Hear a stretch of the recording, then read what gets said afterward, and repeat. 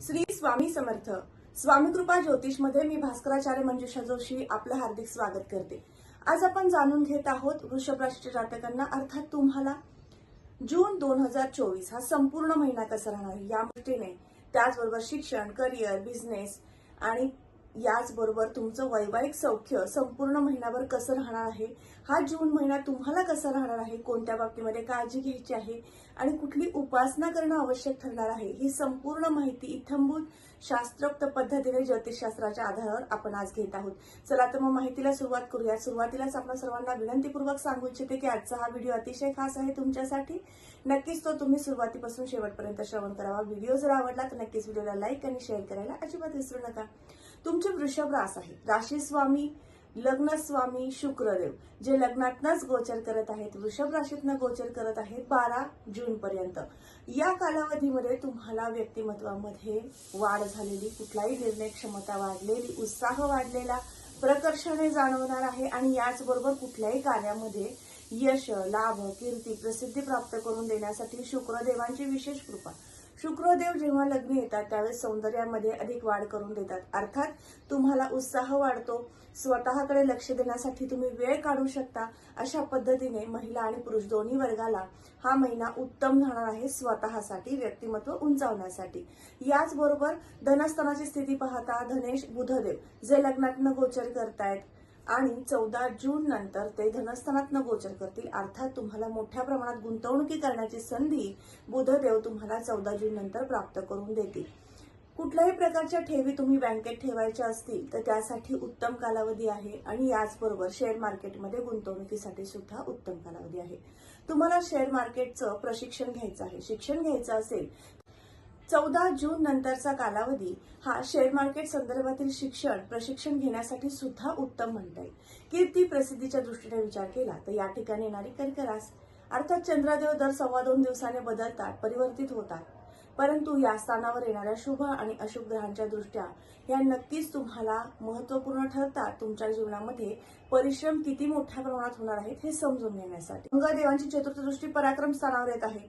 पराक्रम स्थानावर येणारी मंगळदेवांची दृष्टी ही मेष राशीतल्या अर्थात स्वराशीचे मंगळदेव असल्यामुळे तुम्हाला या संपूर्ण महिन्याभर काही कामामध्ये सातत्य ठेवायला लावणं, सक्रिय ठेवणं हे कार्य नक्कीच मंगळदेव उत्तमरित्या तुमच्याकडनं करून घेतील.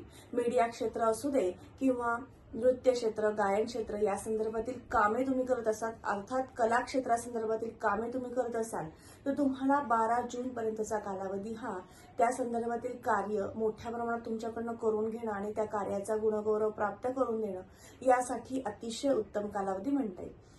पुढील स्थानाकडे वळूयात. राशीपत्रिकेतील चौथं घर, ज्यावरून आपण वाहन वास्तूचं सौख्य पाहतो. या सौख्याच्या दृष्टीने विचार केला तर चतुर्थेश रविदेव हे शत्रू राशीतनं लग्न स्थानातनं गोचर करतायत. अर्थात तुम्हाला 14 जून नंतरचा कालावधी वाहन वास्तू सौख्यासाठी उत्तम म्हणता येईल. तर मात्र तुम्हाला वाहन वास्तू संदर्भात काही कार्य निघणं, वास्तूचे काही रिडेव्हलपमेंटसाठी तुम्ही वास्तू जाणं किंवा त्या संदर्भातील काही कार्य, रिनोव्हेशन संदर्भातील काही कार्य तुम्ही हाती घेणं असे काहीसे योग येऊ शकतात. त्याचबरोबर वाहनासंदर्भातील पण छोट्या मोठ्या कार्यासाठी पैसा खर्च होऊ शकतो. अशा पद्धतीने ग्रहस्थिती 12 जून पर्यंत ते 14 जून पर्यंत राहणार आहे.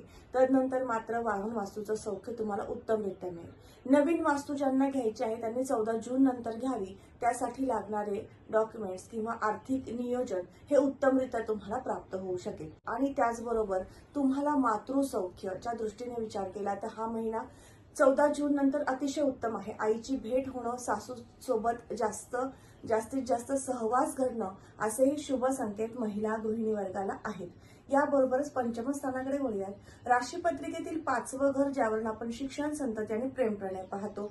या ठिकाणी असणारी बुधदेवांची रास, बुधदेवांचं गोचर हे 14 जून पर्यंत तुमच्या राशीपत्रिकेतील लग्नस्थानातनं होत आहे. 14 जून नंतर बुधदेव हे धनस्थानातनं गोचर करतील. अर्थात बुधदेवांची कृपा तुम्हाला 14 जून नंतर प्राप्त होणार आहे. नवीन ऍडमिशन करायचं असेल तर त्यासाठी उत्तम कालावधी आहे.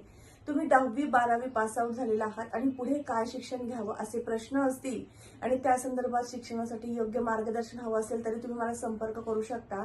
परंतु ज्यांना शिक्षण घ्यायचं आहे त्यांच्यासाठी ऍडमिशनचं काम अगदी सहजरित्या होऊ शकतं असेही शुभ संकेत आहेत. त्यामुळे हा महिना शिक्षणाच्या दृष्टीने अतिशय उत्तम आहे. इंजिनिअरिंग क्षेत्रामध्ये तुम्हाला शिक्षण घ्यायचं असेल किंवा शिक्षण तुमचं सुरू असेल तर तुम्हाला सुद्धा अतिशय उत्तम कालावधी आहे. IT क्षेत्रामध्ये जायचं असेल तर त्यासाठी सुद्धा उत्तम कालावधी आहे, कारण मंगळदेवांचं परिवर्तन संपूर्ण महिन्याभर होणार नाही. त्यामुळे मंगळदेव तुम्हाला साथ सोबत करतील या क्षेत्रामध्ये प्रावीण्य मिळवून देण्यासाठी. याचबरोबर संतती सौख्य सुद्धा तुम्हाला या महिन्यामध्ये अतिशय उत्तम प्रकारचं मिळणार आहे. 14 जून नंतर तुमच्या संततीकडनं तुम्हाला एखादी आनंददायी वार्ता प्राप्त होईल आणि त्यामुळे नक्कीच तुम्ही सुखावणार आहात. अशा पद्धतीने उत्तम ग्रहस्थिती. राशीपत्रिकेतील 6वं घर, ज्यावरनं रोगहित शत्रूंचा त्रास पाहिला जातो आणि याचबरोबर या स्थानावर आपण खरेदी विक्रीचे व्यवहार पाहिले जातात. तर त्या सर्व दृष्टीने विचार केला तर शुक्रदेव लग्नस्थानातनं गोचर करतायत, स्वतःच्या राशीतनं गोचर करतायत. हा अत्यंत शुभ योग आहे तुम्हाला नवीन जागा खरेदी करून घेण्यासाठी किंवा खरेदी विक्रीचे व्यवसाय तेजीत आणण्यासाठी. त्या संदर्भात लागणारी कार्य, कागदपत्रे या सगळ्या गोष्टींची पूर्तता तुम्हाला या महिन्यात लवकरात लवकर होऊ शकते आणि तुमचा व्यवहार पूर्ण होऊ शकतो. अशा पद्धतीने शुभ ग्रहस्थिती तुम्हाला संपूर्ण महिनाभर लाभत आहे. याचबरोबर तुम्हाला नवीन उद्योग सुरू करायचा असेल खरेदी विक्री संदर्भातला तर त्यासाठी सुद्धा तुम्हाला नक्कीच उत्तम कालावधी हा महिना दर्शवत आहे. रोगासंदर्भात विचार केला तर या महिन्यामध्ये अगदी किरकोळ प्रमाणात तब्येतीच्या तक्रारी तुम्हाला येऊ शकतात. मोठ्या प्रमाणातील कुयोग नाही. 14 जून नंतर तुम्हाला तब्येती संदर्भामध्ये त्वचा विकार थोडेसे जाणवू शकतात, पण मोठ्या प्रमाणातील हे कुयोग अजिबात नाही. त्यामुळे आरोग्याच्या दृष्टीने हा महिना उत्तम म्हणता येईल. त्याकडे उद्यात राशीपत्रिकेतील 7वं घर, ज्यावर आपण वैवाहिक सौख्य पाहतो, विवाह योग पाहतो. विवाह योग पाहिला गेल्यास लग्नस्थानामध्ये गुरुदेवांचं गोचर आहे, अर्थात तुम्हाला प्रथम गुरु सुरू झालेला आहे. याचबरोबर तुमच्या जर जन्मलग्न कुंडलीप्रमाणे विवाह योग जर सुरू असेल तर विवाहाचं कार्य संपन्नतेकडे घेऊन जाण्यासाठी गुरुदेवांची विशेष कृपा तुम्हाला प्राप्त होऊ शकते.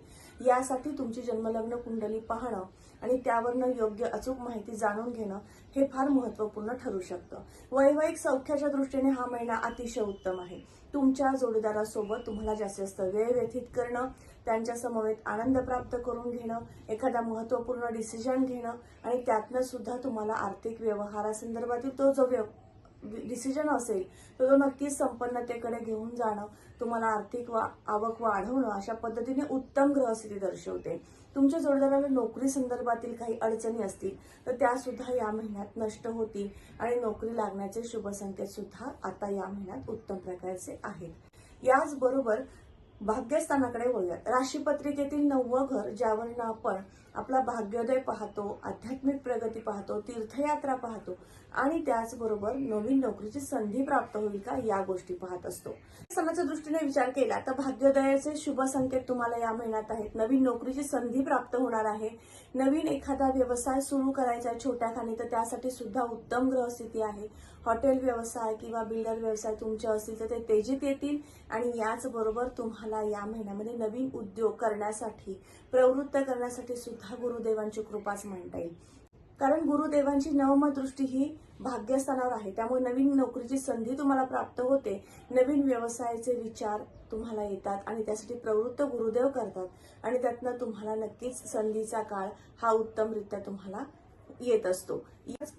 कर्मस्थानावरती केतुदेवांची पंचम दृष्टी आहे. यामुळे थोड्याफार प्रमाणामध्ये नवीन उद्योग सुरू केल्यानंतर तुम्हाला द्विधा मनस्थिती होऊ शकते किंवा संशयी स्वभाव वाढू शकतो की व्यवसाय चालेल की नाही, नवीन व्यवसाय करू की नको अशी द्विधा मनस्थिती तुमची होऊ शकते अगदी अल्प प्रमाणात. तर त्यासाठी नक्कीच आपण व्हिडिओच्या शेवटी उपासना पाहणार आहोत. कोणती काळजी घ्यायची या संदर्भातील माहिती जाणूनच घेणार आहोत. लाभस्थानाकडे वळूयात. लाभयोग कसा आहे या महिन्यामध्ये, तुम्हाला लाभाची स्थिती कशी आहे हे समजून घेताना या ठिकाणी असणारी गुरुदेवांची रास, गुरुदेव लग्नातनं गोचर करतायत. कष्टातनं आणि मोठ्या परिश्रमातनं लाभ प्राप्तीचे योग तुम्हाला या महिन्यात संभवतात. उद्योग व्यवसाय नवीन जरी असेल तर त्यातनं लाभाची संधी प्राप्त करून देण्यासाठी गुरुदेवांची विशेष कृपा. शनिदेव तुमच्या कर्मस्थानातनं गोचर करतात, त्यामुळे कर्मातनं मोठा लाभ प्राप्त करून देण्यासाठी उत्तम स्थिती तुम्हाला या संपूर्ण महिन्याभर आहे. खर्चाच्या दृष्टीने विचार केला तर खर्च स्थानाचे अधिपती मंगळदेव आणि ते त्याच ठिकाणी आहेत. त्यामुळे एखाद्या धार्मिक कार्यासाठी, तीर्थयात्रेसाठी, पर्यटनासाठी खर्च होऊ शकतो. तुमचं मार्केटिंग संदर्भातील काम असेल तर त्याला चालना प्राप्त होऊ शकते. तो व्यवसाय वाढण्यासाठी तुम्हाला थोडीशी मीडिया क्षेत्राची रिलेटेड काही कार्य करावे लागतील, त्यासाठी पैसा खर्च होऊ शकतो, गुंतवणूक होऊ शकते. हा अर्थात सकारात्मक खर्चाचा योग तुम्हाला या महिन्यात दर्शवत आहे. शेअर मार्केटमध्ये व्यवसाय तुम्ही करत असाल, शेअर मार्केटचं कार्य तुम्ही करत असाल तर त्या ठिकाणी सुद्धा तुम्हाला गुंतवणुकीचे योग येतील. अर्थात हा सकारात्मक खर्च तुमचा मोठ्या प्रमाणात हा महिना दर्शवत आहे. आता आपण उपासनेकडे वळूयात. केतुदेवांची पंचमदृष्टी कर्मस्थानावर येते. संपूर्ण महिनाभर व्यंकटेश स्तोत्राचं वाचन करता आलं तर अतिशय उत्तम राहील तुमचा व्यवसाय वाढण्यासाठी आणि नवनवीन आयडिया कल्पना येऊन तो व्यवसायामध्ये गुंतवणुकीचे योग शुभ प्रमाणात येण्यासाठी उत्तम राहू शकेल. याबरोबरच लग्नस्थानामध्ये शुक्र आहेत आणि गुरुदेव पण लग्नस्थानातच आहे. तर गुरुदेवांचं आणि शुक्रदेवांचं मोठ्या प्रमाणात फळ प्राप्त व्हावं यासाठी तुमच्या कुलदेवतेचं नामस्मरण करणं किंवा कुलदेवतेचं दर्शन घेणं हे सुद्धा तुम्हाला उत्तमरित्या फलद्रूप ठरू शकेल. तर आज आपण वृषभ राशीच्या जातकांना संपूर्ण जून महिना कसा राहणार आहे याबाबतची माहिती घेतली. तर आजचा हा महत्वपूर्ण व्हिडिओ तुम्हाला कसा वाटला नक्की कमेंट करून सांगा. कमेंटमध्ये श्री स्वामी समर्थ लिहिण्यास अजिबात विसरू नका. तुम्ही आपल्या चॅनलवर नवीन असाल तर नक्की चॅनलला सबस्क्राईब करायला विसरू नका. बेल आयकॉनला क्लिक करा. लाईक आणि शेअर करायला अजिबात विसरू नका. पुन्हा भेटणार आहोत. तर तत्पूर्वी तुमच्या दैनंदिन जीवनशैली व्यतीत करताना काही अडचणी आहेत, समस्या ज्यातून तुम्ही जाताय, मार्गदर्शनाची आवश्यकता वाटतेय, नक्की तुम्ही मला संपर्क करू शकता. माझा संपर्क क्रमांक मी या व्हिडिओच्या डिस्क्रिप्शन बॉक्समध्ये तसंच स्क्रीनवर सुद्धा शेअर करत आहे. पुन्हा भेटूयात. तोपर्यंत श्री स्वामी समर्थ. जय जय स्वामी समर्थ. रामकृष्ण हरी.